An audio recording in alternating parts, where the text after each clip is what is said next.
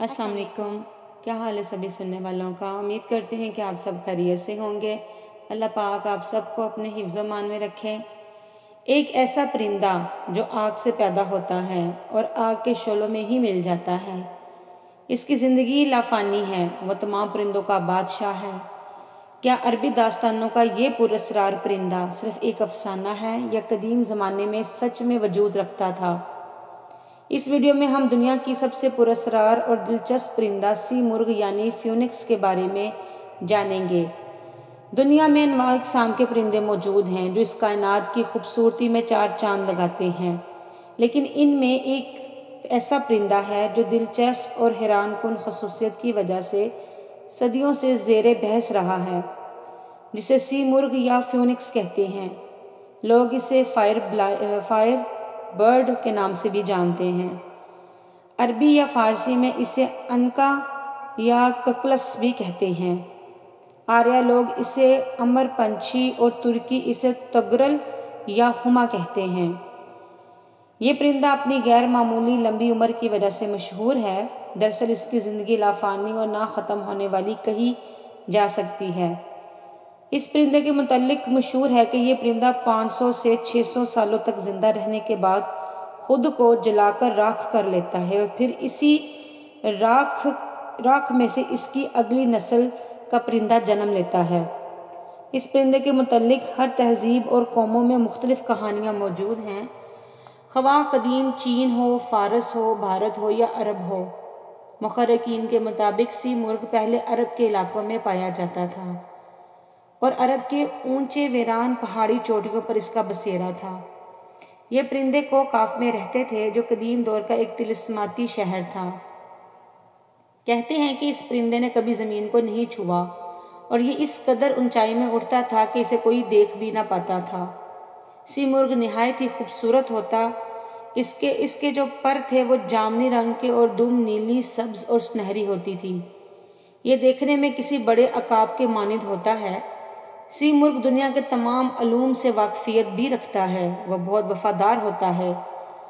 5वीं कबल मसीह में हीरोडोटस ने लिखा था कि अरबी लोग इसे एक ऐसे परिंदे पर यकीन रखते हैं जिसे मैंने सिर्फ तस्वीरों में देखा है और 500 सालों बाद ये परिंदा खुद को जलाकर नया जन्म लेता है। सी मुर्ग के आंसू बीमारियों के इलाज के लिए इस्तेमाल होते हैं और इनके आंसुओं में बहुत से मर्ज की शफा रखी गई है। इस्लामी तसव्वुफ़ में सी मुर्ग को एक ख़ास अहमियत हासिल है। सूफ़िया कराम ने इसे अपना मौजू कलाम बनाया है। लिहाजा ईरान के मशहूर सूफ़ी बुज़ुर्ग हज़रत ख्वाजा फ़रीदुद्दीन अत्तार ने अपनी किताब मंतकुल तैर में इसका जिक्र किया है। इस किताब में एक दिलचस्प हक़ाइक़ मौजूद हैं जिसके मुताबिक दुनिया के तमाम परिंदे, हर किस्म के चरिंद परिंद एक जगह जमा हुए। सब ने कहा कि ज़माने में कोई मुल्क बादशाह से खाली नहीं है, मगर हमारी कौम का कोई बादशाह नहीं है। लिहाजा हमें राय मशवरा करके अपना एक बादशाह मुकर्रर करना चाहिए। चुनांचे तमाम परिंदे सर जोड़कर बैठ गए और इस मीटिंग का आगाज़ हुआ। हुदहुद, जो इस मीटिंग से उस वक़्त तक गैर हाजिर था, वो इस इज्तिमा में आया। हुदहुद वो परिंदा था जिसे अल्लाह ने अक्ल कामिल अता किया और वह तमाम नेकी और बुराई से आगाह था। हुदहुद ने कहा, ऐ परिंदों की जमात, बेशक मैं पैगाम रसा भी हूँ, गैब की बातें भी बताता हूँ, मेरे पास कुदरत के असरार भी मौजूद हैं। मैं हज़रत सुलेमान अलैहिस्सलाम के साथ भी रह चुका हूँ और इनसे हम कलाम होने का शर्फ भी हासिल है। मैं तुम में सबसे ज़्यादा इज़्ज़त और मकाम रखता हूँ। मैं कई वादियों, पहाड़ियों और बियाबानों में रहा हूँ। मैं इस परिंदे को जानता हूँ जो हम सब का बादशाह है। अगर तुम मेरे पीछे चलोगे तो मैं तुम्हें वहाँ तक पहुँचा सकता हूँ।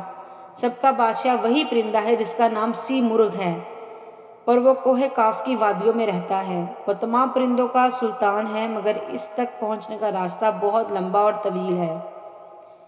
रास्ते में बहुत सारे ख़तरात, दरिया और खुश्क ज़मीनें आती हैं। इस रास्ते में चलना किसी मजबूत दिल वाले का काम हो सकता है। इस रास्ते पर चलने और पहुंचने के लिए जवां मर्दी की ज़रूरत है। लिहाजा परिंदों के सुल्तान सी मुर्ग के बारे में जानकर तमाम परिंदे इसे देखने के लिए बेकरार हो गए। इसके दीदार के शौक़ ने इनके अंदर जोश व जज्बा पैदा कर दिया। چنانچہ تمام پرندوں نے ان راستے پر چلنے کا پکا ارادہ کر لیا۔ سفر شروع کرنے سے پہلے ہدہد نے راستے کی تفصیل بتائی۔ اس نے بتایا کہ اس راستے میں تمہیں 7 وادیوں کو پار کرنا ہوگا۔ پہلی وادی کا نام استغنا ہے۔ یہ بے نیازی کی وادی ہے جہاں ہر چیز کی قیمت کم ہو جاتی ہے۔ دوسری وادی عشق کی وادی ہے۔ اس وادی میں جو بھی جاتا ہے آگ کا بن جاتا ہے۔ تیسری وادی طلب کی وادی ہے۔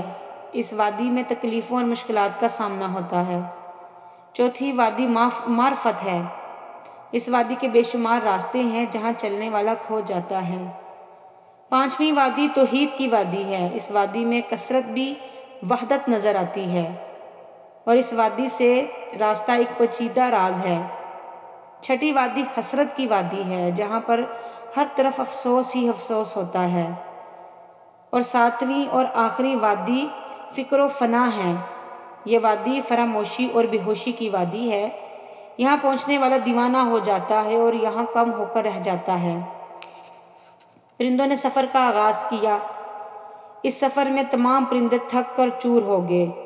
کچھ بیمار پڑ گئے، کچھ کی حالت بدتر ہو گئی۔ بلبل، طوطا، چکور، باز اور دوسرے کئی اسی طرح کے پرندوں نے راستے میں ہی ہار مان لی۔ پرندوں کے بالوں پر خون آلودہ ہو گئے۔ وہ گریہ زاری کرنے لگے۔ انہوں نے ایسا راستہ دیکھا جس کی کوئی انتہا نہ تھی، ایسا درد دیکھا جس کی کوئی دوا نہ تھی۔ ان کی کمر ٹوٹ گئی۔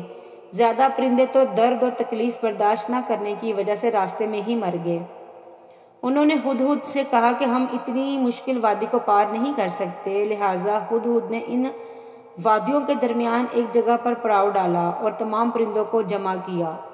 اور پھر ہدہد نے کہا کہ میں نے تم سے پہلے ہی کہا تھا کہ یہ راستہ اتنا آسان نہیں ہے بلکہ یہ بہت مشکل ہے، لیکن تم مجھے اپنا رہبر مان کر میرے پیچھے چلتے رہو اور ان مشکلات و خطرات کا ڈٹ کر سامنا کرو۔ یاد رکھو، اگر دنیا اور آخرت میں لافانی ہونا چاہتے ہو تو تمہیں اس بادشاہ تک پہنچنا ہوگا۔ اس کے پر کی ایک چھاؤں تمہارے تمام درد کو ایک پل میں ختم کر دے گی اور تمہاری قسمت کو پلٹ دے گی۔ اے پرندوں کی جماعت، تمہیں اس دنیا میں تھوڑی ہی دیر رہنا ہے اور پھر تو تمہیں موت ضرور آئے گی۔ نجاست میں کیڑوں کی طرح مرنے سے بہتر ہے کہ تم اپنے سلطان کی بارگاہ میں جا کر شہید ہو جاؤ اور عزت کی موت مرو۔